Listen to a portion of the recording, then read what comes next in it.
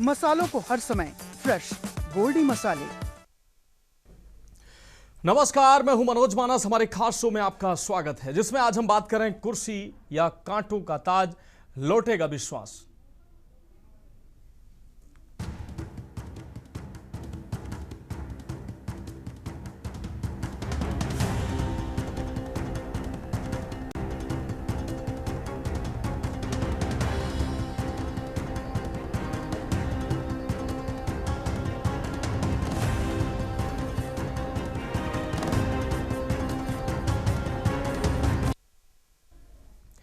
शिक्षा मंत्रालय में कुर्सी बदल गई है, चेहरा बदल गया है, लेकिन क्या 25 लाख छात्रों की किस्मत भी बदलेगी?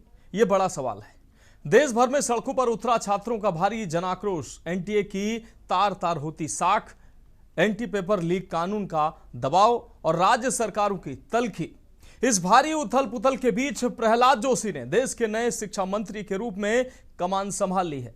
लेकिन सवाल सिर्फ एक कुर्सी के भरने का नहीं है, सवाल उन 25 लाख से ज्यादा अभ्यर्थियों और उनके संघर्ष कर रहे अभिभावकों के टूटे हुए विश्वास को, भरोसे को वापस जोड़ने का है। हम सबने देश में केंद्र से लेकर राज्य स्तर तक दर्जनों प्रशासनिक फेरबदल देखे हैं। अधिकारी बदल दिए जाते हैं, मंत्री बदल दिए जाते हैं और फाइलें एक टेबल से दूसरे टेबल पर सरका दी जाती हैं।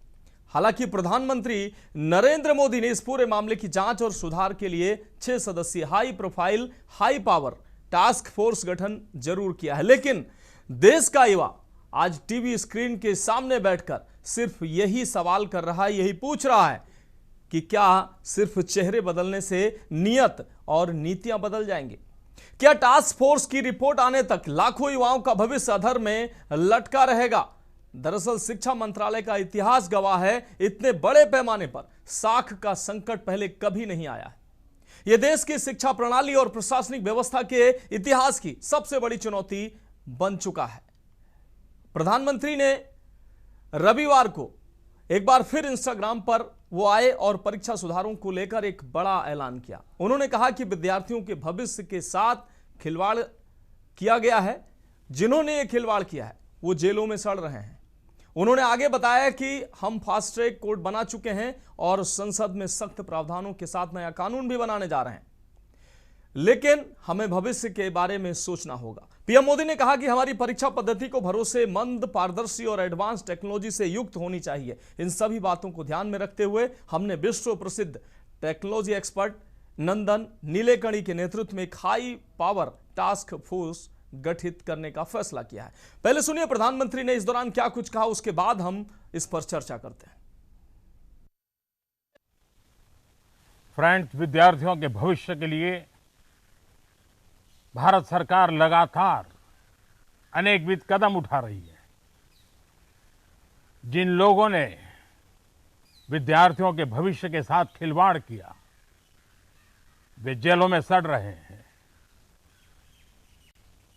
हमने फास्ट ट्रैक कोर्ट बना चुके हैं। हम कल पार्लियामेंट के अंदर भी कठोर कानूनों के प्रावधान के साथ नया कानून बनाने की दिशा में भी आगे बढ़ रहे हैं। लेकिन हमें भविष्य के लिए सोचना है। हमारी परीक्षा पद्धति विश्वस्त हो, हमारी परीक्षा पद्धति ट्रांसपेरेंट हो, हमारी परीक्षा पद्धति में सबसे ज्यादा टेक्नोलॉजी का उपयोग हो। इन सारी बातों को ध्यान में रखते हुए विश्व प्रसिद्ध टेक्नोलॉजी एक्सपर्ट श्रीमान नंदन नीलेकणी जी के नेतृत्व में एक हाई पावर टास्क फोर्स बनाने का निर्णय किया है, जो एग्जामिनेशन रिफॉर्म की तरफ फोकस करेगा और जल्द से जल्द आने वाली परीक्षाओं की विश्वसनीयता को सुनिश्चित करने का काम इसके रिपोर्ट के आधार पर कर दिया जाएगा। बहुत बहुत धन्यवाद।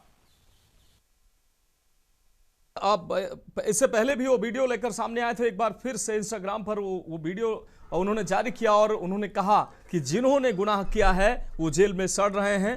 लेकिन अब एक high power task force Nandan Nilekani के नेतृत्व में बनाया गया है, जो निश्चित रूप से सभी तकनीकी जो खामियां हैं उनको दूर करेगा। लेकिन सबसे बड़ा सवाल है कि धर्मेंद्र प्रधान का इस्तीफा हो चुका है और अब कुर्सी जो है वो नए नेतृत्व के हाथ में है। प्रहलाद जोशी जी के नेतृत्व में अब शिक्षा मंत्रालय आगे बढ़ेगा, लेकिन सबसे बड़ा सवाल यही है कि क्या सिर्फ चेहरा बदलने से नीयत बदल जाएगी, नीतियां बदल जाएंगी और तंत्र बदल जाएगा? आज इन्हीं सवालों के साथ चर्चा में हम जाएंगे। हमारे साथ खास मेहमान जुड़ चुके हैं। मनोज उपाध्याय जी बीजेपी प्रवक्ता हमारे साथ जुड़ चुके हैं। रजत मिश्रा जी सपा प्रवक्ता हमारे साथ जुड़ चुके हैं। विजय कौशिक कांग्रेस नेता हमारे साथ जुड़ चुके हैं। मनीष शर्मा राजनीतिक विश्लेषक हमारे साथ जुड़ चुके हैं। कुलदीप मलिक जी शिक्षक नेता हमारे साथ जुड़े हुए हैं। उत्कर्ष चौहान जी स्टूडेंट एक्टिविस्ट हमारे साथ जुड़े हुए हैं। सुशील वकील जी वरिष्ठ पत्रकार हमारे साथ जुड़े हुए हैं। एक शानदार और विशेष पैनल हमारे साथ इस खास चर्चा में जुड़ चुका है। बहुत शुक्रिया आप करना चाहेंगे और बहुत आभार जताएंगे आप सभी मेहमान हमारे साथ जुड़े। सबसे पहले हम मनोज उपाध्याय जी का रुख करेंगे। Manoj Upadhyay ji, NEET paper leak का मामला, अपार विरोध और उसके बाद धर्मेंद्र प्रधान का इस्तीफा और इस्तीफे के बाद अब प्रहलाद जोशी की ताजपोशी। पहले से वो जो मंत्रालय देख रहे हैं उसका उनके ऊपर तो दबाव है ही है, और अब जो शिक्षा मंत्रालय इस समय जिसको कांटों का ताज कहा जा रहा है, उसकी अतिरिक्त जिम्मेदारी प्रहलाद जोशी को दी गई है। लेकिन सबसे बड़ा सवाल यह है, प्रहलाद जोशी जी के सामने तो तमाम चुनौतियां हैं ही, लेकिन भारतीय जनता पार्टी और मौजूदा सरकार के साख पर भी सवाल है, क्योंकि लगातार जिस तरीके से निशाना साधा जा रहा था, प्रधानमंत्री को खुद आकर इसके लिए सामने आना पड़ा और इसके लिए उन्होंने 2 वीडियो जारी किए। कल भी उन्होंने वीडियो जारी किया। अब सवाल जो है सबसे बड़ा यही है कि क्या सिर्फ चेहरा बदलने से नियत या नीतियां बदल जाएंगी? लोगों में जो भरोसा, छात्रों में या अभिभावकों में जो भरोसा डिगा है, वो भरोसा वापस आएगा?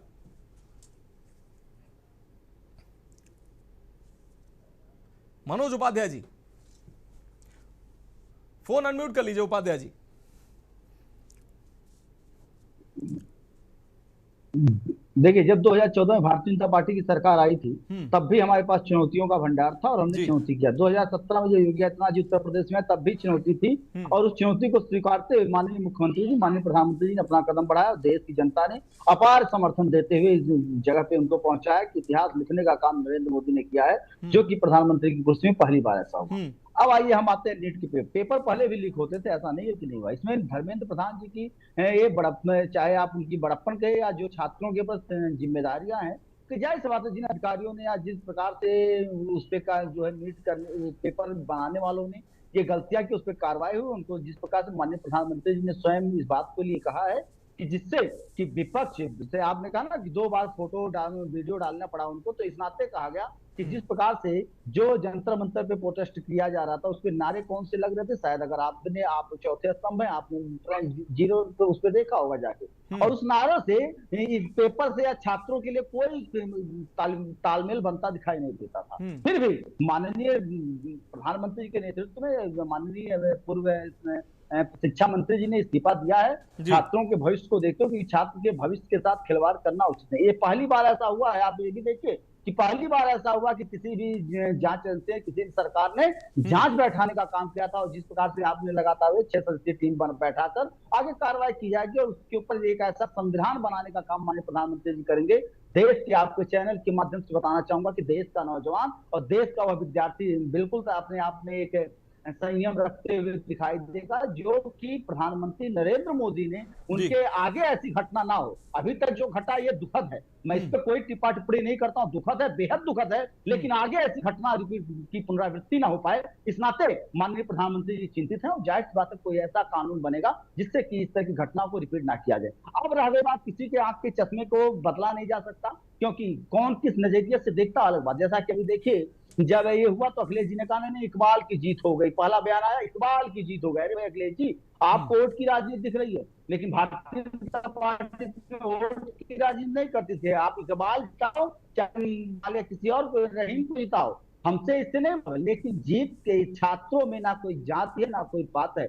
छात्र तो छात्र होता है ना, लेकिन अंतर क्या है कि जब हम छात्रों की बात करते हैं और उसमें जब जांच ढूंढने हुए लोग आते हैं, 20 दिन तक जो प्रोटेस्ट आराम से चल रहा था, उसमें जाके ये जब इंडी गठबंधन के उपद्रवी पहुंचते हैं और वहां पे किस प्रकार से दंगा पत्थरबाजी होती है, तब जाके ऐसी सिचुएशन सामने आई है। नहीं तो कंट्रोल तो ऑलरेडी किया गया था, उनका चुनाव भी हुआ। पहली बार आपने ये भी देखा होगा कि भारतीय जनता पार्टी के नेतृत्व में पहली बार ऐसा हुआ कि पेपर लीक हुआ, दुखद था, और उसके बाद उसी द्वारा जो फार्म नहीं भराना पड़ा, इसके पहले अखिलेश जी की सरकार में लीक हुआ। कांग्रेस के मंत्री का बयान आप देखिए लगातार कांग्रेस के राजस्थान के मंत्री का बयान किस तरह से बेकार और बेहुदी बातें करते दिखाई दे रहा, बेशर्मी की तरह, तो उस पर कांग्रेस चुप रहती है, क्योंकि इनको तो राजनीति का मुद्दा मिलता था। जाहिर सी बात है, देश को समस्या ना हो, किसी की गाड़ी को नुकसान करना, जैसा कि उस रास्ते से, तो इस नाते ये धर्मेंद्र प्रधान जी का जो इस्तीफा आया है, कहीं ना कहीं उन्होंने भी अपनी संवेदनशीलता को दिखाते हुए बड़प्पन का काम किया कि हाँ चलो हमारी गलती है, इसकी आगे कार्रवाई। रह गई बात प्रहलाद जी की, प्रहलाद जोशी जी ने जितना मंत्रालय उनको आज तक मिला, जिस प्रकार से जिन जिन पदों पे रहे हैं, आप उनका रिकॉर्ड अगर चेक करके देखिएगा तो हमको पूरा भरोसा है, और आपको भी पूरा भरोसा है कि कहीं भी एक पैसे का कहीं घोटाला नहीं। और इस प्रहलाद जोशी जी के नेतृत्व में आपको देखिएगा कि ये संविधान पारित भी होगा, और जिससे कि आगे भविष्य में, आज की तो हम लोग चर्चा नहीं कर सकते क्योंकि जो बीत गया उस पर हम खाली से एक दुख व्यक्त करना उचित नहीं होगा। नहीं, ठीक है मनोज जी, आपकी बात आ गई, इस तरह की घटना। ठीक है मनोज जी, आपकी बात आ गई। हमारे साथ उत्कर्ष चौहान जी जुड़े हुए हैं, स्टूडेंट एक्टिविस्ट हैं। उत्कर्ष चौहान जी, जिस तरीके से छात्रों का आंदोलन, अभ्यर्थियों का ये आंदोलन चला, अभिभावक भी इसमें शामिल हुए, तमाम ऐसे लोग भी इसमें शामिल हुए जो नैतिक रूप से इस आंदोलन को सपोर्ट कर रहे थे। अब आप लोग युवा हैं, आप लोगों के मन में क्या अब चेहरा बदल गया है? कुर्सी पर दूसरा व्यक्ति अब बैठ चुका है, जिम्मेदारियां प्रहलाद जोशी जी को दी जा चुकी हैं। क्या लगता है आपको? अब उम्मीद है कि आपने इस्तीफा मांगा, इस्तीफा हो गया है, विपक्ष ने भी इस्तीफा मांगा, छात्रों ने, अभ्यर्थियों ने इस्तीफा मांगा, हो गया है। प्रहलाद जोशी जी के नेतृत्व में अब शिक्षा मंत्रालय आगे बढ़ेगा। क्या लगता है जो तमाम खामियां हैं अब वो खामियां दूर हो जाएंगी? नीति जो अब जो है बदलेगी, चेहरा बदलने से सारी चीजें जो समस्याएं सॉल्व हो जाएंगी?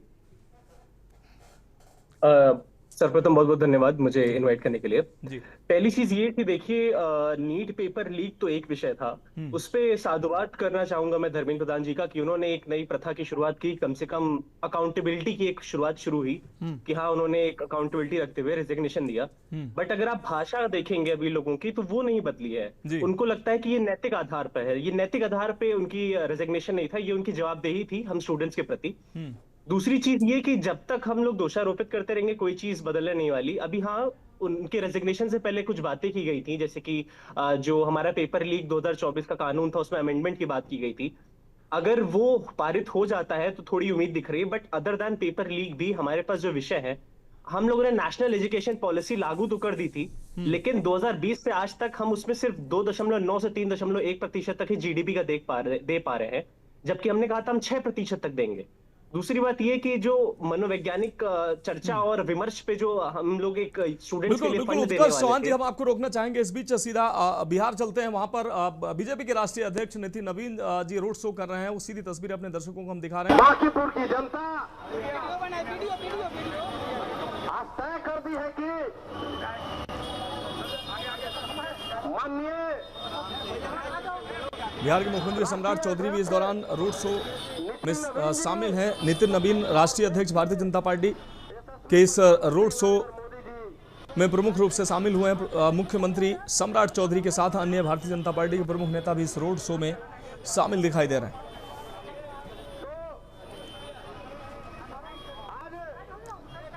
जनता ने मन बना लिया है क्या जो बांकीपुर का सीट है वह बिहार के लाल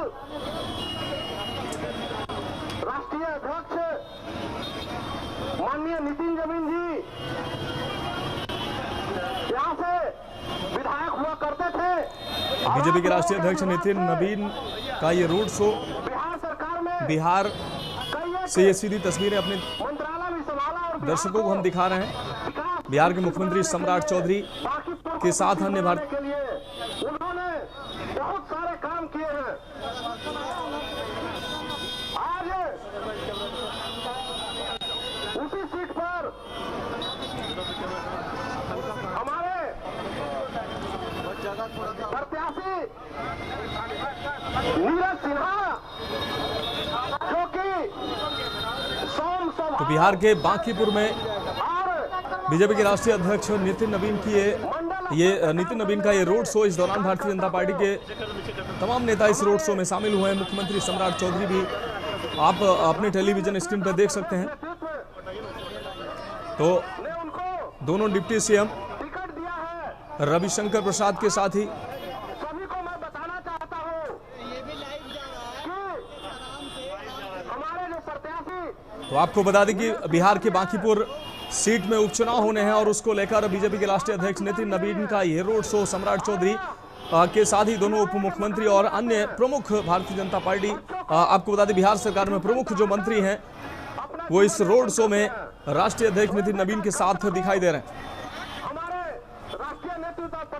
तो बिहार के बांकीपुर में उपचुनाव होने हैं और उपचुनाव बांकीपुर में बीजेपी के राष्ट्रीय अध्यक्ष नितिन नबीन रोड शो कर रहे हैं और भारी भीड़ भी इस रोड शो में देखने को मिल रही है। भारतीय जनता पार्टी के तमाम कार्यकर्ताओं के साथ बड़ी संख्या में समर्थक, भारतीय जनता पार्टी के समर्थक इस रोड शो में शामिल हुए हैं।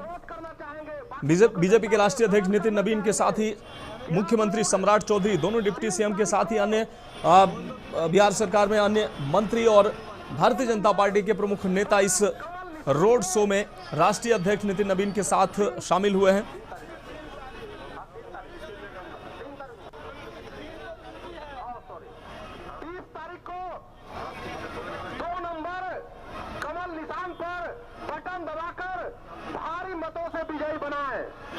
तो आप तस्वीरों में देख सकते हैं बीजेपी के राष्ट्रीय अध्यक्ष नितिन नबीन के साथ मुख्यमंत्री सम्राट चौधरी, उप मुख्यमंत्री विजय सिन्हा के साथ ही अन्य मंत्री व भारतीय जनता पार्टी के नेता रोड शो में शामिल हैं। बिहार के बांकीपुर में उपचुनाव को लेकर ये रोड शो का आयोजन किया जा रहा है। राष्ट्रीय अध्यक्ष नितिन नबीन का ये रोड शो जिसमें भारतीय जनता पार्टी के तमाम प्रमुख नेताओं के साथ बिहार सरकार में तमाम मंत्री, मुख्यमंत्री भी इस रोड शो में शामिल हुए हैं। बड़ी संख्या में भारतीय जनता पार्टी के कार्यकर्ता और बीजेपी समर्थक इस रोड शो में शामिल दिखाई दे रहे हैं। आप तस्वीरों में देख सकते हैं। अपने आप में दिल्ली तक इसके गूंज उठे और माननीय राष्ट्रीय अध्यक्ष नितिन नबीन जी को सम्मान भी मिलेगा इससे। तो हम लोग बांकीपुर की जनता को नमन करते हैं, उनसे अपील करते हैं, भारतीय जनता पार्टी के कार्यकर्ता को नमन करते हैं और उनसे अपील करते हैं कि जिन्होंने दिन रात मेहनत किया है और अपने प्रत्याशी अभी भी मेहनत कर रहे हैं। तो आप सीधे तस्वीरों में देख सकते हैं भारतीय जनता पार्टी के राष्ट्रीय अध्यक्ष नितिन नबीन का ये रोड शो जिसमें मुख्यमंत्री सम्राट चौधरी के साथ डिप्टी सीएम विजय सिन्हा और अन्य मंत्री जो है बिहार सरकार में, साथ ही भारतीय जनता पार्टी के वरिष्ठ नेता इस रोड शो में शामिल हुए हैं। बिहार के बांकीपुर उपचुनाव को लेकर ये road show Bharatiya Janata party के राष्ट्रीय अध्यक्ष नितिन नबीन के द्वारा किया जा रहा है। इस रोड शो में बिहार सरकार में शामिल कई मंत्री, मुख्यमंत्री सम्राट चौधरी, उप मुख्यमंत्रियों के साथ अन्य मंत्री व भारतीय जनता पार्टी के प्रमुख नेता इस रोड शो में शामिल हुए हैं।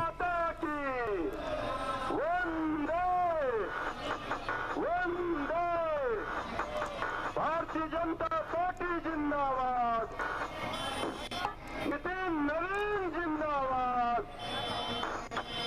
तो रोड शो के इस वाहन में सम्राट चौधरी, मुख्यमंत्री, भारतीय जनता पार्टी के वरिष्ठ नेता रविशंकर प्रसाद दिख रहे हैं, विजय सिन्हा उप मुख्यमंत्री दिख रहे हैं, भारतीय जनता पार्टी के अन्य वरिष्ठ नेता, साथ ही बिहार सरकार में मंत्री, कई मंत्री इस रोड शो में साफ तौर पर दिखाई दे रहे हैं। बांकीपुर विधानसभा उपचुनाव को लेकर राष्ट्रीय अध्यक्ष नितिन नबीन का ये रोड शो, बड़ी संख्या में बीजेपी कार्यकर्ता साथ ही भारतीय जनता पार्टी के समर्थक इस रोड शो में शामिल हुए हैं। बांकीपुर में जो विधानसभा का उपचुनाव होने जा रहा है, मुकाबला बिल्कुल साफ है। बांकीपुर की एक एक जनता भारतीय जनता पार्टी के उम्मीदवार श्री नीरज सिन्हा जी के साथ है। इसलिए कहीं भी विपक्षियों का कोई अता पता नहीं है। वहाँ जमानत बचाने की लड़ाई है। यहाँ जो है रिकॉर्ड मतों से विजय बांकीपुर की जनता ने तय कर दिया है। इस बार बांकीपुर की जनता सिर्फ नीरज सिन्हा जी को ही नहीं जिताने जा रही है, बल्कि ये रोड शो की सीधी तस्वीर अपने दर्शकों को हम दिखा रहे हैं। जो आज भारतीय जनता पार्टी के सुपर बॉस है, राष्ट्रीय अध्यक्ष है, आदरणीय श्री नितिन नबीन जी को भी बहुत बड़ा तोहफा सम्मान बढ़ाने जा रहा है। इसलिए बांकीपुर की जनता होशियार है, समझदार है, ये जानती है, हर उम्मीदवार को पहचानती है। तो बांकीपुर विधानसभा उपचुनाव में नीरज कुमार सिन्हा भारतीय जनता पार्टी के उम्मीदवार हैं और उनके समर्थन में राष्ट्रीय अध्यक्ष नितिन नवीन का ये रोड शो जिसमें मुख्यमंत्री सम्राट चौधरी के साथ ही डिप्टी सीएम साथ ही बीजेपी के वरिष्ठ नेता इस रोड शो में शामिल हुए। फिलहाल एक छोटे से ब्रेक का वक्त है, ब्रेक के बाद वापस लौटते हैं। आप देख रहे हैं के न्यूज, खबरों का सारथी।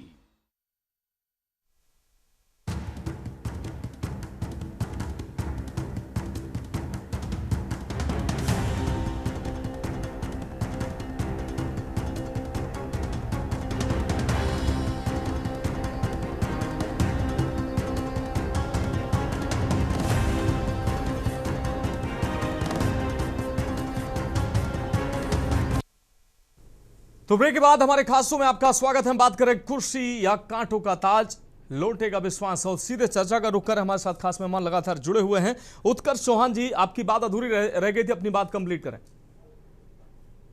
जी थैंक यू सर। देखिए मेरी जो बात थी वो सर्वप्रथम यही थी कि जो विश्वास की बात हो रही है तो हमारा सिर्फ नीट का मुद्दा नहीं था, हमारे मुद्दे नेशनल एजुकेशन पॉलिसी का इम्प्लीमेंटेशन भी था, हमारे बाकी मुद्दे थे। और जब तक चर्चा को इस प्रकार से लिया जाएगा कि हम पे कोई एहसान किया जा रहा है, तब तक सार्थक चर्चा हो नहीं पाएगी। जैसे अभी उपाध्याय जी कह रहे थे कि बड़े असामाजिक तत्व वहां पे थे, तो हमें ये तो मानना ही पड़ेगा कि वो आंदोलन छात्रों का था। उसमें कौन आ जा रहा है उस पर टिप्पणी ना करते हुए, छात्रों जो आंदोलन था वो पूर्णतः छात्रों का था। और इससे पहले भी हमने जवाबदेही मांगी है, हमने 97 में जवाबदेही मांगी, हमने 2004 में मांगी, हमने 74 में मांगी है और हमें मिली है।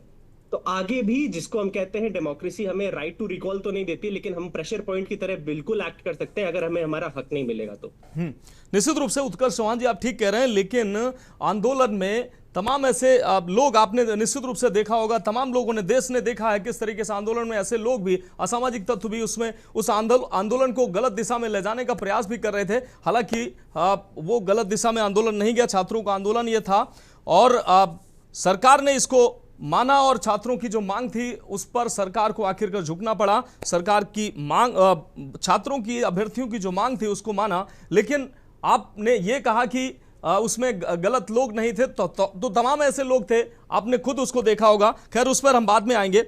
हमारे साथ विजय कौशिक जी, कांग्रेस नेता, जुड़े हुए हैं। विजय कौशिक जी, छात्रों का ये आंदोलन, अभ्यर्थियों का ये आंदोलन, और यह आंदोलन जो है लगातार उग्र होता जा रहा था और देश में एक माहौल बन रहा था और आखिरकार सरकार ने, धर्मेंद्र प्रधान ने इस्तीफा दिया।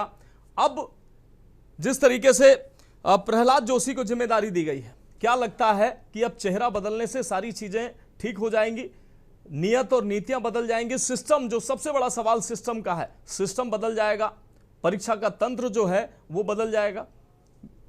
देखिए, मैं शुरू से ही छात्रों द्वारा जो मांगे रखी गई थी उनका पक्षधर नहीं था जी, क्योंकि हमारा यही कहना था कि बोतल अगर शराब की वही है और उस पर लेबल बदला जा रहा है, धर्मेंद्र प्रधान की जगह प्रहलाद जोशी के बाद कोई और, तो उससे फर्क क्या पड़ गया? नहीं, इस्तीफा तो आप भी मांग रहे थे जी।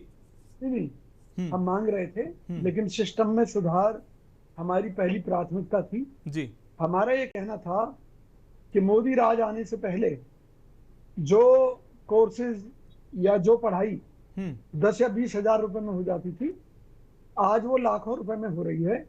सबसे पहले तो ये है कि आपने शिक्षा को इतना महंगा बना दिया कि आम आदमी अपने बच्चों को पढ़ा नहीं सकता, पहली बात। दूसरी बात कि भाई मान लीजिए आज एक डॉक्टर को बनाने में, प्राइवेट पढ़ाई में 1 से 1.5 करोड़ रुपए का खर्चा आ रहा है। तो आप ये बताइए, सरकार के पास नौकरी है नहीं, 50 से 60 हजार रुपए सैलरी में डॉक्टर्स काम करने के लिए मजबूर हैं। तो इन परिस्थितियों में देश बर्बादी की तरफ बढ़ेगा, निश्चित तौर पर बढ़ेगा। तो सबसे पहली बात तो ये, शिक्षा सस्ती होनी चाहिए, सुलभ होनी चाहिए। नहीं, विजय कौशिक जी, जो अभी मुख्य सवाल है कि जो परीक्षा का जो ढांचा है, जिसमें खामियां हैं, जिन खामियों की वजह से पेपर बार बार लीक हो रहे थे, वो उस पर बात करने की जरूरत है। क्या अब वो उसमें आमूलचूल परिवर्तन किए जाएंगे या सिर्फ शिक्षा मंत्री का इस्तीफा ले लेने से चीजें सब ठीक हो जाएंगी? यही मैं कह रहा हूं जी कि सरकार ने इसको एक ऐसा धंधा बना दिया है कि जिसकी आड़ में लूट चल रही है। खुद सरकार अगर देखे तो पेपर लीक में किसकी भूमिका ज्यादा रहती है जी? उन संस्थानों की भूमिका ज्यादा रहती है जो ठेका लेते हैं कि हमारे यहाँ से हर साल 50 डॉक्टर बनते हैं, हमारे यहाँ से हर साल 100 इंजीनियर निकलते हैं, हमारे यहाँ से ये होता है वो होता है। तो जो लोग जो बड़े बड़े इस मामले में फिल्में भी आ चुकी हैं इस मुद्दे पर, हर आदमी इस बात को समझता है कि ये एक गिरोह है। किसका गिरोह? कोचिंग संस्थानों का एक गिरोह है जो दावा करते हैं कि हमारे यहाँ से गारंटेड आपका बच्चा डॉक्टर बनेगा या इंजीनियर बनेगा या आईआईटी में उसका नंबर आएगा। तो सरकार और ये गिरोह आपस में मिले हुए हैं। बलि के बकरे के तौर पर छोटी मोटी मछलियों को पकड़कर जेल में डाल दिया जाता है। इससे कुछ नहीं होने वाला। भाई आप ये बताइए कि सरकारी तंत्र फेल है तभी तो प्राइवेट स्कूल नहीं, यही सवाल है। जैसे छोटी मछलियों की हम बात कर रहे थे, हम भी यही लगातार सवाल कर रहे थे कि छोटे मोटे कर्मचारियों पर कार्रवाई हो जाती है, लेकिन मुख्य व्यक्ति, हालांकि अभ्यर्थी और छात्र कह रहे थे कि शिक्षा मंत्री को नैतिक आधार पर शिक्षा माफिया शामिल है। मैं क्लियर कट कह रहा हूँ।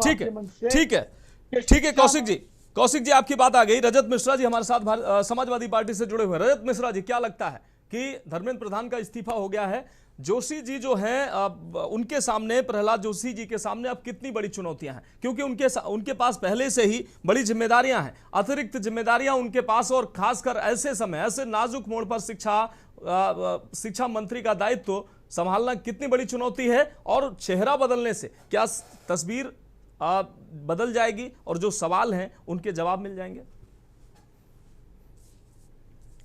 रजत जी। जी बहुत बहुत धन्यवाद मनोज जी, चर्चा में शामिल करने के लिए। जी सभी पैनलिस्ट साथियों का भी आभार। मनोज जी देखिए, जो सबसे पहली बात, जो भारतीय जनता पार्टी के यहाँ पे प्रवक्ता बैठे हैं और पूरी के पूरी जो भाजपा है जी, 2 दिन से मैं देख रहा हूँ कि जो है नैरेटिव सेट करने में लगी है, डैमेज कंट्रोल में लगी हुई है। तो बात ये आती है कि जो धर्मेंद्र प्रधान जी का इस्तीफा हुआ वो किस आधार पे हुआ? वो नैतिकता के आधार पे हुआ या दबाव में हुआ? जी, 2 बातें हैं। तो अगर नैतिकता के आधार पे इस्तीफा था तो ये इस्तीफा पहले क्या हुआ? इतने प्रदर्शन की जरूरत क्यों पड़ी? इतने दिन क्यों लगे? तो इस्तीफा ये पहले ही हो जाना चाहिए था जी। तो इससे साफ क्लियर है कि इस्तीफा नैतिकता के आधार पे तो नहीं हुआ। इस्तीफा जो है प्रदर्शन के आधार पे और दबाव में हुआ है। जब विपक्षी पार्टियां खड़ी हो गई हैं, मैदान में आ गई हैं, जब पूरी तरीके से ये आंदोलन उग्र हो गया है, तब भारतीय जनता पार्टी को दबाव में ये इस्तीफा करवाना पड़ा। नैतिकता, और ये इस्तीफा धर्मेंद्र प्रधान जी ने नहीं दिया है, ये इस्तीफा उनसे कराया गया है जी। और ये दबाव में कराया गया है। और अगर दबाव में कराया गया है तो इसका मतलब कहीं ना कहीं जो है गड़बड़ था और सरकार को ये लगा कि अब जो है जनता जाग गई है और इसकी जरूरत है। अब बात आती है कि नए शिक्षा मंत्री बनाए गए। नए शिक्षा मंत्री प्रहलाद जोशी जी, इनको अतिरिक्त प्रभार दिया गया है। तो क्या शिक्षा का स्तर इतना गिर गया हिंदुस्तान में कि किसी आदमी को जो है अलग से प्रभार दे करके उसको शिक्षा मंत्री बनाया जाए? शिक्षा क्या इतनी जरूरी नहीं कि किसी पढ़े लिखे इंसान को पूरा का पूरा शिक्षा मंत्रालय दे करके उसको शिक्षा मंत्री बनाया जाए? ये भारतीय जनता पार्टी की सरकार में 4थी बार शिक्षा मंत्री बनाए जा रहे हैं, 4 बार बदले गए हैं। ये बहुत बड़ी बात है। और शिक्षा मंत्रियों का स्तर आप देख लीजिए, स्मृति ईरानी से लेकर के प्रहलाद जोशी तक, कोई कक्षा 8 पास है, कोई 10वीं पास है। और खुद जो प्रहलाद जोशी अब बनाए गए हैं वो बीए किए हुए हैं 8 विषय में। बीए तो हमारे यहाँ कोई भी असामान्य साधारण आदमी कर लेता है जी। आप ऐसे ऐसे शिक्षा मंत्री बना रहे हैं। भारतीय जनता पार्टी की सरकार में कोई पढ़ा लिखा आदमी नहीं बना। शिक्षा ही सबसे कमजोर वर्ग इनको लगती है और ऐसे जो है उठा करके आप किसी को शिक्षा मंत्री बना देते हो। देखिए, कुछ नहीं बदलने वाला है। ये प्रोपोगंडा की सरकार है, ये धर्म के नाम पे देश को विभाजित करने वाली सरकार है। तो ऐसी सरकार जिसका शिक्षा से कहीं कोई सरोकार ना हो, लगभग 90,000 स्कूल भारतीय जनता पार्टी की सरकार में बंद हुए। अकेले लगभग 30 से 35,000 प्राइमरी स्कूल उत्तर प्रदेश के अंदर बंद हुए हैं। गुजरात के अंदर जो है 12वीं के बाद जो है लगभग 28.5% बच्चा जो है वो ड्रॉप आउट कर जाता है गुजरात के अंदर, जहाँ पे इनकी सरकार जो है लगभग 3 दशक से है। ये इनके आंकड़े बताते हैं कि शिक्षा के इनका स्तर क्या है। रजत जी, आपकी बात आ गई। हम कुछ कोई उम्मीद नहीं कर सकते हैं मनोज जी। ये सरकार शिक्षा विरोधी सरकार है, ये सरकार युवा विरोधी सरकार है, रजत जी, आपकी बात आ गई। इसको बढ़ावा देने वाली सरकार है, तो ऐसी सरकार से हम शिक्षा का क्या भरोसा करें। और ये चाहे बदल दें, बार बार बदल दें, लेकिन इनकी सोच में शिक्षा नहीं है, इसलिए शिक्षा में कोई सुधार होना नहीं है इनकी सरकार में। ठीक है रजत जी, आपकी बात आ गई। इस बीच मनोज उपाध्याय जी को शायद आवाज नहीं मिल पा रही है, अपने साथियों से कहेंगे कि उसको कुछ तकनीकी व्यवधान है, उसको देखेंगे। आवाज नहीं मिलेगी उनको, ऐसे टाइम पे भारतीय जनता पार्टी वालों की आवाज चली जाती है। कुलदीप जी हमारे साथ जुड़े हुए हैं। कुलदीप मलिक जी शिक्षक नेता हैं। कुलदीप मलिक जी, आप शिक्षक नेता हैं और अभ्यर्थियों की, बच्चों की, छात्रों की पीड़ा को आप बहुत नजदीक से आप समझ सकते हैं कि एक छात्र पूरे साल मेहनत करता है और उसकी मेहनत जब ऐसे परीक्षा जब लीक हो जाती है, किस तरीके से वो अवसाद में होता है, किस तरीके से पूरे कहीं ना कहीं वो उसका परिवार प्रभावित होता है, मानसिक रूप से वो प्रभावित होता है, उसका धन जो होता है खर्चा होता है और कहीं ना कहीं पूरा परिवार उससे प्रभावित होता है, उसकी मानसिक स्थिति कहीं ना कहीं इस तरीके से हो जाती है। और ऐसे में छात्र जब आंदोलन करने सड़क पर उतरता है तब उसकी मनस्थिति आप समझ सकते हैं। अब जबकि प्रधानमंत्री ने कहा कि अब तमाम अमूलचूल परिवर्तन किए जा रहे हैं, नंदन नीलेकणी की अगुवाई में जो परीक्षा को संचालन की जो तकनीकियां हैं, तकनीकी इसमें जोड़कर जो इसको बेहतर बनाया जा सकता है, उसके तरफ सरकार जा रही है। अब धर्मेंद्र प्रधान का इस्तीफा हो जाना और प्रहलाद जोशी को जिम्मेदारी, कितनी बड़ी ये जिम्मेदारी है और अब बदलाव कैसे देखते हैं आप? बदलाव होंगे या सिर्फ चेहरा ही बदलेगा? कुलदीप जी फोन अनम्यूट कर लीजिए। जी मनोज जी, देखिए सबसे पहले तो मैं बता दूं, जो आपने ये कहा कि भाई प्रधानमंत्री जी ने ये कहा, देखो प्रधानमंत्री जी अब क्या कह रहे क्या नहीं कह रहे, अब मेरे ख्याल से जनता का विश्वास प्रधानमंत्री जी से उठ चुका। 2014 में जब प्रधानमंत्री जी कहते थे, जो प्रधानमंत्री जी ने कहा वो सरकार में उसका इम्प्लीमेंटेशन होगा, ऐसा लोगों ने सोचा और जनता ने प्रधानमंत्री जी पे विश्वास किया था। आपकी जानकारी के लिए बता दूं, 2014 में जब देश में पहली बार मोदी जी प्रधानमंत्री बने तो इन्होंने कहा था भ्रष्टाचार कम होगा, महंगाई कम होगी, 2 करोड़ युवाओं को रोजगार मिलेगा, गंगा निर्मल एवं पवित्र होगी। पता नहीं कितने वादे प्रधानमंत्री जी ने किए थे, लेकिन हुआ कुछ नहीं। जहां तक अब शिक्षा क्षेत्र की बात है, मेरे ख्याल से हिंदुस्तान के 150 करोड़ लोगों को ये बात समझनी चाहिए, जब से देश में भारतीय जनता पार्टी की सरकार है और देश के प्रधानमंत्री आदरणीय मोदी जी है, कहीं ना कहीं शिक्षा क्षेत्र को लेके भाई इनके ऊपर स्टार्टिंग से ही जो है शंका करी जा रही। आप देखिए, मेरे से पूर्व के वक्ता ने भी कहा कि भाई जब पहली बार मोदी जी प्रधानमंत्री बने, इन्होंने तो जो है स्मृति ईरानी बहन को जो है जो मात्र 12वीं पास थी उनको जो है शिक्षा मंत्रालय दे दिया था। अभी भी अगर आप नए मंत्री की बात कर ले, प्रहलाद जोशी जी की बात कर रहे जो शिक्षा मंत्री बने, भाई ये बात बिल्कुल सही है कि कहीं ना कहीं कांटों का ताज उनके सर पर रखा गया। लेकिन यहाँ ये भी बात सोचनी है कि अगर उनके पास पहले से ही 2 मंत्रालय थे तो उन्हें ये रिस्पॉन्सिबिलिटी क्यों दी गई? क्या भारतीय जनता पार्टी की सरकार में कोई पढ़ा लिखा शिक्षा मंत्री नहीं बन सकता? आप देखिए इस देश में कितने बड़े बड़े शिक्षाविद है, कितने बड़े बड़े बुद्धिजीवी है, कितनी देश में विश्वविद्यालय है, कितने देश में IITs है, IIM है, क्या इनको देश में कोई पढ़ा लिखा व्यक्ति नहीं मिलता? जो पहले वाले हमारे मिनिस्टर थे धर्मेंद्र प्रधान, भाई कम से कम वे मास्टर डिग्री होल्डर तो थे, वे MA पास थे, ये तो जो है BA पास ही इन्होंने जो है शिक्षा मंत्री बना दिया। इस देश का सबसे बड़ा दुर्भाग्य है, मनोज जी जरा बात पूरी होने दो, शिक्षा मंत्री बना दिया, उसे शिक्षा का ज्ञान नहीं। आपने जो है उद्योग मंत्री बना दिया, उसे उद्योग का ज्ञान नहीं। आपने तकनीकी मंत्री बना दिया, उसे तकनीकी का ज्ञान नहीं। आपने जो है वित्त मंत्री बना दिया, उसे जो है वित्त का ज्ञान नहीं।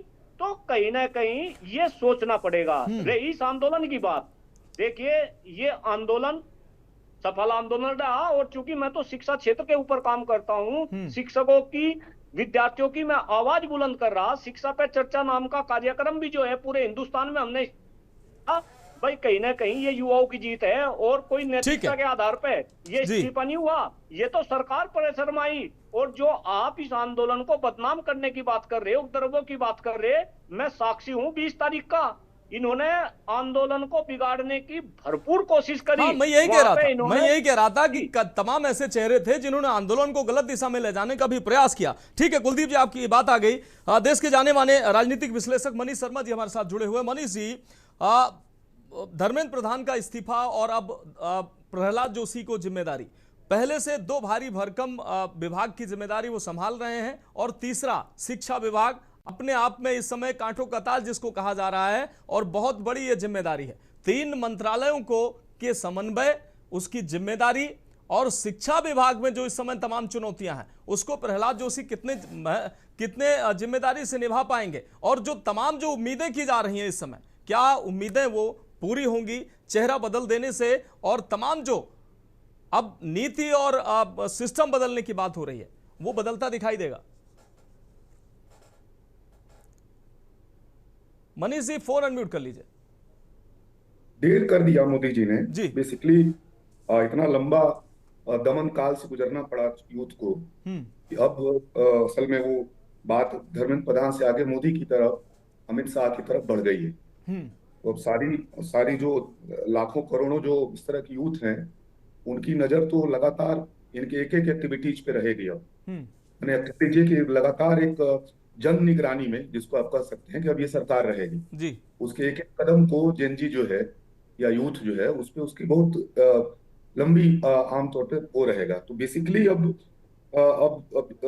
इतना आसान भी नहीं रहेगा। इसको केवल धर्मेंद्र प्रधान के इस्तीफे से न देखा जाए, इसको ये समझना है कि बेसिकली इस आंदोलन ने मोदी सरकार के इकबाल को ही खत्म कर दिया जी, और भय का माहौल पूरे देश में बनाया गया था। उस भय को जनता का जो भय था जी, उसको सरकार की तरफ शिफ्ट कर दिया गया है। अब सरकार भयभीत है। कोई भी कदम उठाने से पहले उसको इन सब चीजों पे उसको बार बार सोचना पड़ेगा। देश के अंदर ये भी एक बात चली गई है कि जो आमतौर पे लोगों में एक बहुत गहरी निराशा थी कि क्या होगा अब, जिस तरह की मोदी सरकार आगे बढ़ रही थी, संस्थाएं जिस तरह से कंट्रोल हो रही थी, और जुडिशरी से लेकर के चुनाव आयोग से लेकर के सारी इस तरह की चीजें, तो लोगों को लग रहा था कि अब तानाशाही की तरफ देश बढ़ रहा है। तो इस आंदोलन में आप देखिए कि एक लोकतंत्र को भी थोड़ा बचा लिया, उसको भी थोड़ा सा आप कह लीजिए कि उसको भी थोड़ा उसने रिक्लेम किया है, डेमोक्रेसी पे भी एक तरह से रिक्लेम किया है जी, और निराशा जो हताशा थी थोड़ा सा उम्मीद पैदा किया। इस आंदोलन को केवल हम लोग धर्मेंद्र प्रधान के इस्तीफे से नहीं समझना चाहिए। तीसरी बात मैं आपसे कहना चाह रहा हूं कि बेसिकली देखिए सरकार जनता से दूर हो गई, बार बार ये लक्षण दिख रहा है। आमतौर पे जो अथॉरिटेरियन शासक होते हैं वो यस मैन लोगों से घिर जाते हैं, तो उनको पता नहीं चलता है कि किस तरह का आक्रोश पनप रहा है। ये आपको किसान आंदोलन के समय भी आपको दिखा होगा कि सरकार को अंदाजा नहीं था कि किसानों में कितना गुस्सा है, या ये केवल सर्विलांस का फ्लोर नहीं है। ये एक तरह से कह लीजिए कि इस सरकार का ये वो समझ ही नहीं पाए कि जेनजी कितने बड़े गुस्से में, कितने बड़े आक्रोश में जी, कितना गहरा आक्रोश। तो जनता से इनकी दूरी बन गई है। आप देखेंगे उस समय भी आप जो 150 शाहीन बाग खड़े हो गए एनआरसी को लेकर के, उनको नहीं पता चल पाया। आप देख लीजिए 2024 में भी आप देखिए, उनको लगा भव्य राम मंदिर बना दिया मैंने, पूरा देश में 400 पार कर जाएंगे, आकलन ही नहीं कर पाए। लेकिन मनीष जी मूल जो सवाल है, मनीष जी जो मूल सवाल है जी, मनीष जी मूल सवाल है जो शिक्षा मंत्रालय और एनटीए, मनीष जी मूल सवाल जो है शिक्षा मंत्रालय और एनटीए, जिसकी साख और विश्वास जो है लोगों का, छात्रों का, अभ्यर्थियों का, अभिभावकों का विश्वास जो है वो बहाल हो पाएगा? साख जिस पर सवाल उठ रहे हैं वो साख वापस आएगी?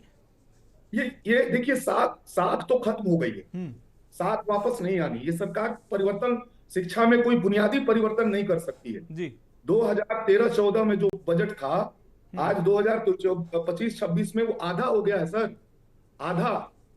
4.67-8 तक रहता था, वो 2.5 तक आ गया है।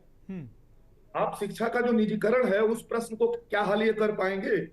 ये सवाल तो शिक्षा के निजीकरण का है जी, और उसके केंद्रीय बजट का कम करने का है। और शिक्षा का निजीकरण नहीं बल्कि परीक्षा का भी निजीकरण कर चुके हैं। एनटीए क्या है? एनटीए की कोई संवैधानिक स्वायत्ता नहीं, वो एनजीओ है। अगर आप उसको ध्यान से देखेंगे जी, उसकी कोई स्वायत्तता नहीं है, सरकार के जेब में है वो। तो परीक्षा का भी निजीकरण हो गया, उसको ठेके पे कराते हैं। तो ये सवाल बहुत बड़ा है। सवाल जो है शिक्षा राज्य की सीधी जवाबदेही है।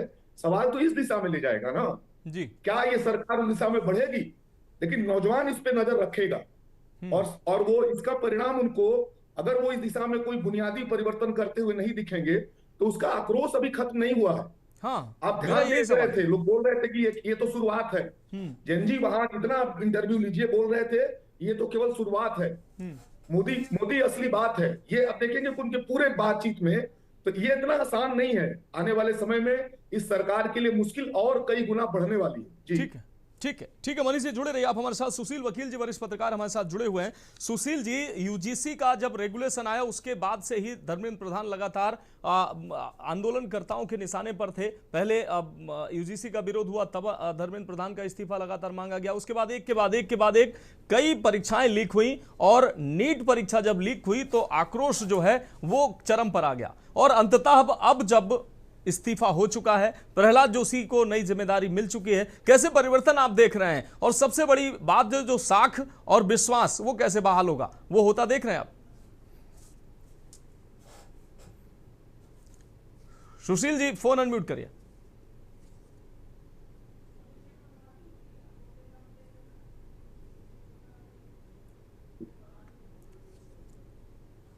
सुशील जी, फोन अनम्यूट करके बात कंप्लीट करें। जी देखिए मनोज जी, मंत्री चेंज करने से ज्यादा फायदा नहीं आएगा, लेकिन एक फर्क पड़ेगा। जो टास्क फोर्स बनाया गया, टास्क फोर्स में जो है आपने यहाँ नंदन जी है, बड़े पहले ये बड़े उद्योगपति रहे, बड़े एक्सपर्ट भी है जिन्होंने आधार का यहाँ पर शुरुआत की इंडिया में मोदी जी के कहने पे जी सारा प्रोजेक्ट उन्होंने हैंडल किया। उनकी जो रिकमेंडेशन होंगी उससे फर्क पड़ेगा। लेकिन उसमें भी एक बड़ा चीज है, इस देश में क्या होता है, ये जो टास्क फोर्स बनते हैं, कमिटीज बनते हैं, जो रिकमेंडेशन वो बना देते हैं आपने, उस पर इम्प्लीमेंटेशन नहीं होता है। धर्मेंद्र प्रधान जी के टाइम पे भी जो राधा कृष्ण जी के अंडर जो कमेटी बनाई गई थी, उन्होंने जो भी अपनी रिकमेंडेशन दी थी उनको पिछले 2-3 साल से इम्प्लीमेंट नहीं किया गया। ऐसे ही जैसे इवन ये भी जो अपना जो नया टास्क फोर्स बन गया, अगर वो भी कितनी भी रिकमेंडेशन करेंगे, अगर जब तक उन रिकमेंडेशन को फिर इम्प्लीमेंट नहीं किया गया, पूरी तरह उनको उतारा नहीं गया पॉलिसीज में, तब तक कोई फायदा नहीं है। अब देख लीजिए जो इन्होंने जो अपना बना दिया, प्रहलाद जोशी जी को मंत्री नया बना दिया, जैसे सभी पैनल सही कह रहे हैं, क्योंकि वो पहले ही बिजी है काफी, उनके ऊपर एक और बटन डालना उससे फर्क नहीं पड़ेगा। लेकिन ये भी सही है क्योंकि जो काम करने वाले हैं वो ब्यूरोक्रेट होते हैं, मंत्री खाली ऊपर से देखने वाली चीज होती है, जो काम करना वो सारे नीचे जो उसके है उनको काम करना है। और दूसरा चीज है, देश में जब तक कानून काफी सख्त नहीं होगा, आप देख लीजिए अभी तक जितने भी लोग नीट के जो है या एक्सपोज में या बाकी एग्जाम जो लीक हो गए, उनमें जो पकड़े गए बहुत सारी तो बरी भी हो गए। नहीं सुशील जी, जिस तरीके से प्रहलाद जोशी जी को जिम्मेदारी मिली, लेकिन मैं देख रहा हूं और आप सब देख रहे होंगे, प्रधानमंत्री पहले आए और छात्रों को उन्होंने संबोधित किया और देश को जो अभ्यर्थियों को संबोधित किया। कल फिर वो इंस्टाग्राम पर उन्होंने वो वीडियो डाला और उन्होंने कहा कि जिन्होंने गुनाह किया था वो जेल में सड़ रहे हैं। अब नीतियां भी बदलेंगी और तमाम जो तकनीकी जो आगे जो सुधार हो सकते हैं उसके लिए उन्होंने नंदन नीलेकणी के नेतृत्व में एक जो टीम टास्क फोर्स गठित किया है।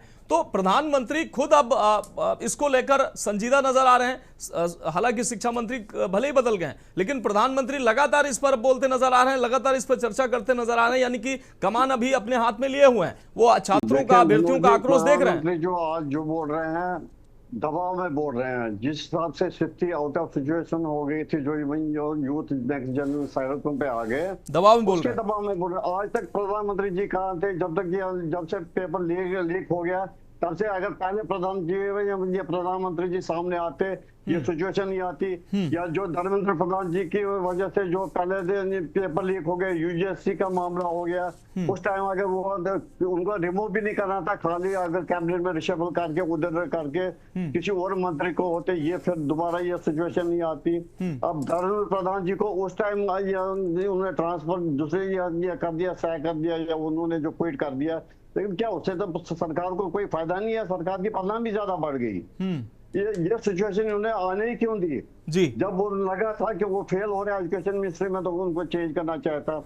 आप देख लीजिए हमारे ये अश्विनी वैष्णव जी है रेलवे मंत्री, उनके पास 3 इंपॉर्टेंट मंत्रालय है।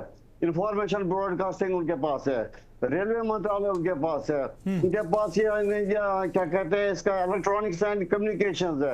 एक क्या जिसमें ब्रेन ड्रेन है, जिसमें बीजेपी पार्टी में क्या इनके पास और कोई मंत्री नहीं, काबिल मंत्री नहीं है। हाँ ठीक, यही सवाल अन्य लोगों ने भी किया। सुशील जी, हम जवाब ले लेते हैं। हमारे साथ मनोज उपाध्याय जी जुड़े हुए। मनोज उपाध्याय जी, आपने सभी पैनलिस्ट को सुना। सबसे अहम सवाल यह है कि मनोज जी, कि कोई अन्य व्यक्ति जिसको जिम्मेदारी दी जा सकती थी, अब प्रहलाद जोशी जी के पास उपभोक्ता मामले, खाद्य एवं सार्वजनिक वितरण, नवीन एवं नवीनिकीय ऊर्जा जैसे भारी भरकम मंत्रालय पहले से हैं। अब शिक्षा मंत्रालय, उनको अतिरिक्त जिम्मेदारी दे दी गई है। तो पहले से ही इस विभाग पर इतने सवाल खड़े हो रहे हैं, और अब ऐसे व्यक्ति को जो पहले से ही इतना उसके ऊपर काम का बोझ है, अब उसको ये जिम्मेदारी दी गई है, तो जिम्मेदारी बखूबी वो निभा पाएंगे, ये सबसे अहम बात। और दूसरी सबसे बड़ी बात जो इस्तीफे की बात है, तो नैतिकता के आधार पर इस्तीफा तो नहीं हुआ। लगभग सभी पैनलिस्ट ने कहा है कि दबाव में आकर, अब विपक्ष के दबाव में आकर या अभ्यर्थियों के दबाव में आकर, ये आप बेहतर जानते होंगे। मनोज जी, फोन अनम्यूट कर लीजिए मनोज जी। देखिए मनोज जी, हाँ कर लिया हूँ। अब जरा ध्यान से सुनिएगा। हाँ बताइए। अभी कोई पैनलिस्ट मित्र हमारे बोल रहे थे क्या इनकी सच्चाई है, इनके चेहरों को जरा ध्यान से देखिएगा कि पहला शिक्षा मंत्री होगा जो पढ़ा लिखा नहीं है, बहुत दुर्भाग्य की बात है। तो उनको शायद इतिहास के बारे में पढ़ना चाहिए था, कि जाके देखे मौलाना अबुल कलाम आजाद जो कभी विश्वविद्यालय में गए भी नहीं, डिग्री कॉलेज में भी नहीं गए पढ़ने के लिए, वो पहले शिक्षा मंत्री थे, कांग्रेस सरकार के थे। तो उस पर आवाज निकालना बंद हो जाएगी, क्योंकि उस पर बोलते समय मैं अपनी आवाज निकालना नहीं आ रहा है। बीच में नहीं आ रहे भाई। मनोज जी बीच में बंद कराइए। ठीक है उपाध्याय जी, बंद कराइए। बीच में ना बोलता हूं, सुनिए, नोट करिए, बाद में बोलिएगा। ठीक है, दूसरी चीज मैं बता दूं, अभी किसी ने कहा जुडिशरी भाजपा की जेब में, उत्कर्ष आ रहे हैं। अपने इतिहास में सुनिए ना, उसको इतिहास में जहाँ देख लेंगे कि बहरुल इस्लाम थे जो है, जो रिटायर होते थे, वकील से राज्यसभा जाते हैं, फिर रिटायर होते, फिर हाई कोर्ट का जज बनते, फिर रिटायर होते, सुप्रीम कोर्ट का जज बनते, फिर रिटायर होते। मैं ये अंदाजा लगा रहा था कि इन बातों को आप रखेंगे निश्चित रूप से। जी, एक जवाब दूंगा। हाँ, एक जवाब दूंगा, पहले पूरी बात का जवाब दीजिए। जी। उसके बाद तीसरी बात बता दूं, अभी किसी ने कहा परीक्षा जो ठेकेदारों के हाथों में, अरे भाई चलो मान लेते हैं बीजेपी ठेकेदारों एनजीओ को देकर करा रही है, लीक हो गया पर्चा। इसके पहले जब सरकारों में लीक होता था तो कौन करवाता था भाई? निकल होती किसी की। तो इस नाते जिससे जो भागे करके जो चश्मा लगा के उस चश्मे पर पढ़ के आया करिए कि पहले लीक होता था क्यों। चलो बीजेपी गलत हो गई, एनजीओ को दे रही है, पहले लीक होता था समाजवादी और कांग्रेस की सरकारों में। क्या कांग्रेस मनोज जी, सबसे अहम बात यह है, रजत जी नहीं रजत जी हम आएंगे, रजत जी हम आपके पास आएंगे। मनोज जी ने सबको सुना है, मनोज जी ने सबको सुना है, और सत्ता पक्ष में होने की वजह से सत्ता पक्ष से उनको जवाब उनको सुन लीजिए। मनोज जी, मेरा सवाल, शिक्षा मंत्रालय मनोज जी अब जवाबदेह होगा क्या? शिक्षा मंत्रालय मनोज जी जवाबदेह होगा क्या? पूरी 2 सेकंड दे दीजिए बस। तीसरी यही प्रदर्शनकारी हमारे मित्र बताए, हमारे जो छात्र हैं, इनसे जरा पूछेगा कौन सा नीट का छात्र रात को डिस्को जाता है, जो जंतर मंतर पे लड़कियां लड़के नाच करते थे फिल्मी दिखाने पे, कौन से छात्र थे इनको पदवी नहीं दिखाई दिए? कौन से पुलिस वालों को मारता है, पदवी नहीं दिखाई दिया? मनोज जी कौन से प्रधानमंत्री? ठीक है, नहीं इसका जवाब देंगे। आ रहे रजत जी, आ रहे रजत जी, आ रहे रजत जी, आ रहे। मनोज जी, मेरे एक सवाल का जवाब दे दीजिए। मनोज जी मेरे एक सवाल का जवाब दे दीजिए। मनोज जी, मेरे एक सवाल का जवाब दे दीजिए। यूजीसी के विवाद के बाद लगातार जिस तरीके से शिक्षा मंत्री का इस्तीफा मांगा जा रहा था, नीट परीक्षा लीक हुई उसके बाद लगातार, तो क्या जो सबसे महत्वपूर्ण बात की जा रही है कि बहुत देर कर दी हुजूर आते आते, बहुत देर कर दी हुजूर आते आते, और जरूरत से ज्यादा प्रयोग किया है। आरएएफ ने गलती मान ली, लेकिन आप लोगों की नैतिकता नहीं जा रही। अभी बेशर्मी की हद पार कर रखे हो, बेशर्मी की हद पार कर रखी है। स्वागत कर रहे हो उस इस्तीफा देने वाले का संसद भवन के अंदर, अभी भी बेशर्मी नहीं जा रही है। कहां से लाते हो इतनी बेशर्मी?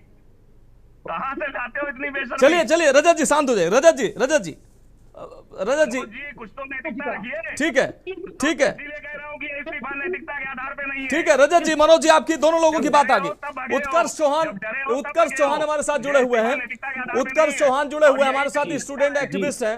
ठीक है, आप दोनों लोगों से माफी चाहते हैं भाई, आप दोनों लोगों से माफी चाहते हैं। रजत जी, वैसे एक मिनट में मनोज जी से एक बात करना चाहूंगा। जी जी जी, उत्कर्ष जी अपनी बात रखें। मनोज जी ने अपनी सहूलियत के हिसाब से सारी बातों का उत्तर दे दिया। मनोज जी हमारे, मनोज जी आ रहे हैं, उत्कर्ष जी अपनी बात करें। लेकिन एक बात का जो मैंने इतनी सारी बातें की, अपनी सहूलियत के हिसाब से इन्होंने उत्तर दे दिया। इन्होंने ये नेशनल एजुकेशन पॉलिसी पे जो ये बजट नहीं दे पा रहे हैं, जीडीपी का 6% वादा करके 3% पे रुक गए, उसकी इन्होंने बात ही नहीं की। इन्होंने बात ही नहीं की कि कैसे हर 4 में से एक युवा बेरोजगार घूम रहा है और कैसे हम लोगों का जो बेरोजगारी रेट है वो बढ़ता जा रहा है, उसकी कोई बात नहीं। इन्होंने ये बात नहीं की कि सीबीटी लाना कितना मुश्किल है, जिसकी हम लोग वादा कर रहे हैं, उस पर हम कैसे इम्प्लीमेंटेशन करेंगे, क्या नीति, इन्होंने उस पर बात नहीं की। मैंने ये कहा था कि जरूर उसमें कुछ असामाजिक तत्व हो सकते हैं, लेकिन आंदोलन छात्रों का था, इस बात से कोई नकार नहीं सकता। लेकिन ये तो यहाँ बैठे बैठे हमको छात्र होने से नकार दे रहे हैं, तो ये क्या हमारी दिक्कत समझेंगे? हम कैसे मान लें कि ये सरकार हमारे लिए जवाबदेही देगी? नहीं, ये मनोज उपाध्याय जी का कहना है। मनोज उपाध्याय जी कह रहे हैं कि उसमें ऐसे लोग थे, छात्रों का निश्चित रूप से आंदोलन था, लेकिन मनोज उपाध्याय जी का कहना है कि ऐसे लोग निश्चित रूप से उसमें थे। पूछ लीजिए कि नेशनल एजुकेशन पॉलिसी में हम कब तक इंप्लीमेंट कर पाएंगे, और उसका जो मेरा निश्चित रूप से मेरा वही सवाल था। मेरा अब चुनौतियां भी यही होंगी। और मनोज जी, चूंकि आपकी बात पूरी हो नहीं पाई थी, एक बार फिर से हम आपके पास आएंगे। रजत जी, हम उम्मीद करते हैं आप शांत रहेंगे। बड़ी चुनौतियां हैं, परीक्षा प्रणाली को अब दुरुस्त करना, उसकी खामियों को दुरुस्त करना, और बहुत बड़े बड़े और महत्वपूर्ण नाम इसमें दिए गए हैं, बहुत बड़े बड़े और महत्वपूर्ण नाम इसमें दिए गए हैं। डॉक्टर एस सोमनाथ, पूर्व चेयरमैन इसरो, तपन डेका, पूर्व निदेशक Intelligence Bureau, professor B Kamath Koti, ये निदेशक आईआईटी मद्रास। ये बड़े महत्वपूर्ण 6 लोगों की ये कमेटी, ये टीम बनाई गई है, और मुझे लगता है कि अब कुछ बदलाव दिखेगा। मनोज उपाध्याय जी, कुछ ऐसा होगा जिससे भरोसा भी वापस आएगा और विश्वास भी। देखिए मनोज जी, पहले भी मैंने कहा कि जिस प्रकार से हमने इस पे नहीं निकाला कि ये छात्रों का प्रदर्शन नहीं था, लेकिन जिस प्रकार से जिसके वहाँ कार्यक्रम होता है, जिम्मेदारी उसकी पूरी बनती है। नहीं, आप उससे आगे बढ़ते हैं मनोज जी, उससे आगे बढ़ते हैं, उसी पर टिके रहेंगे। कौन था? मैं आगे बढ़ रहा हूँ मनोज जी, मैं आगे बढ़ रहा हूँ जी, मैं आगे ही बढ़ रहा हूँ जी, मैं आगे बढ़ रहा हूँ। एक बात को, समय को देखते हुए, जैसा प्रधानमंत्री जी ने स्वयं कहा, जिस प्रकार से पहली बार आपने देखा टास्क फोर्स में, आपने कहा बहुत ही योग्य लोग उसमें शामिल किए गए हैं, तो योग्य लोग जब शामिल होंगे जाहिर बात है बेहतर काम करेंगे। अब अगर पहले से ही निगेटिव पर्सन वाले, निगेटिव सोच वाले लोग, चाहे वो समाजवादी क्यों, चाहे वो जिस राजनीतिक दल के हो, चाहे मैं स्वयं क्यों ना हूं, तो इसको कोई माना नहीं जा सकता। इसलिए मैं आपसे कह रहा हूं कि जैसा प्रधानमंत्री जी ने संज्ञान में लेते हुए स्वयं आके सामने कह दिया, उससे बड़ा हमारे कहना उतना उचित नहीं जो स्वयं प्रधानमंत्री आके कह रहा कि हमने जो टास्क फोर्स की गठन किया, इसमें हम संविधान में नियम लाएंगे कि भविष्य में ऐसी गलती ना हो। तो इसके आगे कहने के लिए मेरे पास या किसी के पास कोई मुद्दा नहीं बचता है। हाँ, राजनीति करने वाले तो हर जगह राजनीति करते हैं, वो करते हैं, लेकिन देश के नौजवानों के लिए, देश के छात्रों के लिए प्रधानमंत्री जी ने स्वयं कहा है कि नहीं, मैं एक टास्क गठन कर रहा हूँ, इसमें इतने योग्य लोगों को मैंने किया इसके नेतृत्व में, और चाहे इसके बाद मैं डायरेक्ट संविधान में, संसद में इस पर चर्चा करते हैं। चर्चा का समय आएगा तो यही सब भाग जाएंगे सफाई और कांग्रेसी, सफाई और कांग्रेसी बाहर दिखाई देंगे जब चर्चा होगा इन्हीं छात्रों के लिए। अब ये नहीं बोलेंगे तो उस पर हम करके हम नियम में परिवर्तन लाएंगे, भविष्य में ऐसी गलती दोबारा ना होने पाए। ठीक है मनोज जी, ठीक है मनोज जी, बात आ गई, मनोज जी बात आ गई, मनोज जी बात आ गई, ठीक है मनोज जी, आपकी बात आ गई। रजत जी हम आप ही के पास आ रहे हैं, रजत जी हम आप ही के पास आ रहे हैं। रजत जी, अरे कम से कम आगे से निकल जाते हैं, इतना डर किस बात का कि पिछले गेट से भाग जाए? नहीं, सवाल ले लीजिए रजत जी, सवाल ले लीजिए, रजत जी, मैं ये कह रहा हूँ, कब तक भागोगे? अरे एक ही बार झोला उठा के भाग जाओ, जो इतना कहा था, जो रोज रोज जो है परेशान कर रखा है हिंदुस्तान की जनता को। देखिए, नहीं रजत जी, सवाल ले लीजिए भाई। रजत जी, मेरा ये सवाल है कि नैतिक रूप से इस्तीफा हुआ हो। नहीं रजत जी, सवाल ले लीजिए, रजत जी सवाल ले लीजिए। मनोज जी लगातार बोलेंगे फिर दूसरे लोगों को कैसे मौका मिलेगा? मनोज जी, आप लगातार बोलेंगे तो दूसरे लोगों को कैसे मौका मिलेगा? माफी चाहते हैं मनोज जी। रजत जी, मेरा सवाल है, आपने कहा कि नैतिकता के आधार पर इस्तीफा नहीं हुआ, चलो ठीक है, इस्तीफा हुआ और अब बदलाव की उम्मीद कर रहे हैं, छात्र भी कर रहे हैं, अभिभावक भी कर रहे हैं, आपके दबाव में ही, मान लिया रजत जी आपके दबाव में ही इस्तीफा हुआ, तो ठीक है, अब राष्ट्र हित में, छात्रों के हित में अगर आगे छात्रों को उम्मीद जो है, छात्रों को आशा जो है, उनकी जो पीड़ा है, उनका जो दर्द है, वो अब खत्म होगा। इसकी प्रक्रिया शुरू की जानी चाहिए। पक्ष और विपक्ष सबको मिलकर एक ऐसा सिस्टम डेवलप करना चाहिए। सबकी सलाह अगर लेनी पड़े तो लेनी चाहिए, लेकिन छात्रों के लिए जरूर ऐसा सिस्टम बनाया जाना चाहिए ताकि ऐसी तस्वीर दोबारा कभी ना आए। ये समाजवादी से पूछ रहे हैं। रजत जी मेरा सवाल आपसे है, रजत जी मेरा सवाल आपसे। शांत हो जाओ, शांत हो जाओ दोनों समाजवादी पार्टी वाले, शांत हो जाओ जरा। देखिए पहले इनका माइक म्यूट करिए। चुप हो जाओ मनोज उपाध्याय। नहीं मनोज जी, भाई मनोज जी आपकी बात आ गई। मनोज जी आप सत्ता पक्ष में, लेकिन विपक्ष की भी अपनी जिम्मेदारी है, विपक्ष की भी अपनी जिम्मेदारी है, इसलिए विपक्ष से भी सवाल जरूरी है। करने वाली है एनईपी जब से आई है तब से छात्र घर में बैठा है, कॉलेज नहीं जाता है। एनईपी ही बर्बादी का कारण है शिक्षा का। और उसके बाद एनटीए मतलब एनजीओ। अरे क्या जरूरत है अभी तक कैसे सारी चलिए माफी चाहते हैं मनोज जी बहुत शुक्रिया। रजत जी आपका बहुत शुक्रिया। अन्य मेहमानों के पास हम जाना चाह रहे थे, लेकिन आगे समय इजाजत नहीं देता। आप सभी मेहमानों का इस खास और महत्वपूर्ण चर्चा में जुड़ने के लिए बहुत शुक्रिया। लेकिन छात्र हित महत्वपूर्ण है, क्योंकि यही छात्र देश का भविष्य है और इन छात्रों की मेहनत, इनके माँ बाप अभिभावकों के खून पसीने की कमाई व्यर्थ न जाए, इनकी छात्रों की मेहनत व्यर्थ न जाए, इसलिए ऐसा सिस्टम डेवलप करने की जरूरत है।